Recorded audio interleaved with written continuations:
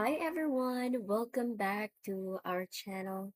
For today's video, we're gonna learn how to add feelings and activities in Facebook posts. It's super easy. The first thing that we need to do is log in to our Facebook account. And don't worry, this will work on both laptop or phone device. So here, what we're gonna do is click on what's on your mind. And then you might want to write what's you're feeling right now, what's on your mind right now. For example, I'm feeling blue. And you want to add feelings or activities in this post. So what you're going to do is hover to this small emoticon, which is the feeling and activity. Click on that.